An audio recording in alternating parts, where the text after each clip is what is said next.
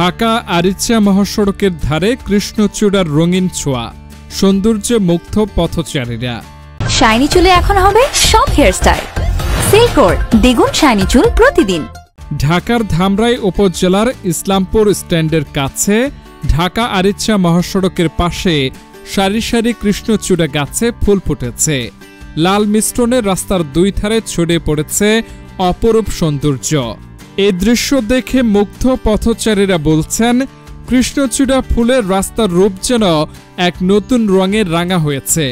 স্থানীয় পথচারীদের অনেকে বলেছেন, এই ধরনের গাছ রাস্তাকে সৌন্দর্যমণ্ডিত করে।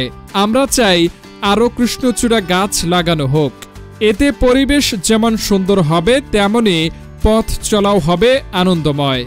অনেক সুন্দর, মনে করেন দেখতে প্রাকৃতিক দৃশ্যটা অনেক আসলে চমৎকার।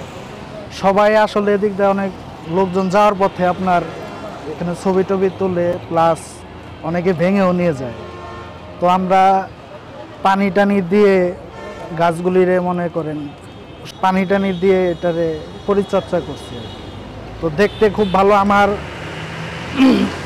ব্যক্তিগত আশা যে পুরো রাস্তাটায় যদি এরকম কৃষ্ণচূড়া গাছ রোপণ করা যায় তো খুব ভালো হবে। সব জায়গায় যেন এরকম ফুল গাছ যেন লাগানো হয়, এটা একটা মরম একটা পরিবেশ, সবার মনে আর কি একটা স্বাচ্ছন্দ্যবোধ কাজ করে আর কি, দেখলে ভালো লাগে, মনটা ভালো লাগে আর কি।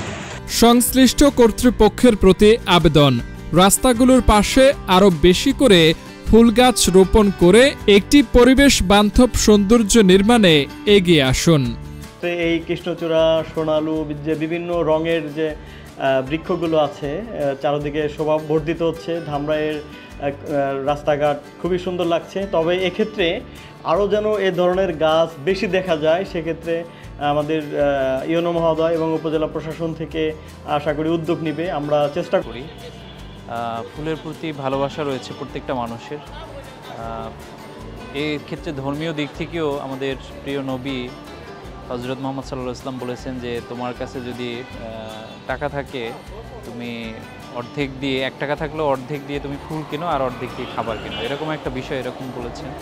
তো ফুলের মর্যাদা এবং গুরুত্ব অন্যরকম। আর বর্তমান সময়ে ফুল শুধু অ্যাস্থেটিক নিড না, ফুল এখন আমাদের কমার্শিয়ালিও অনেক ডিমান্ডফুল। আমরা জানি যে বাণিজ্যিকভাবে ফুলের চাষ হয়, বিভিন্ন ধরনের ফুল, সব থেকে দামি হচ্ছে অর্কিড। তো আমাদের ধামরাইতে কিছু কমার্শিয়ালি ফুলের চাষ শুরু হয়েছে। আমাদের কুল্লা ইউনিয়নের ফোর্টনগর থেকে শুরু করে কয়েকটা জায়গায় শুরু হয়েছে। ইনশাল্লাহ ধীরে ধীরে হয়তো ফুলের বাজারটা আরও বেড়ে যাবে এবং ধামরাই ফুলের চাষও হয়তো ধীরে ধীরে বাড়বে। তো আমরা যদি আমাদের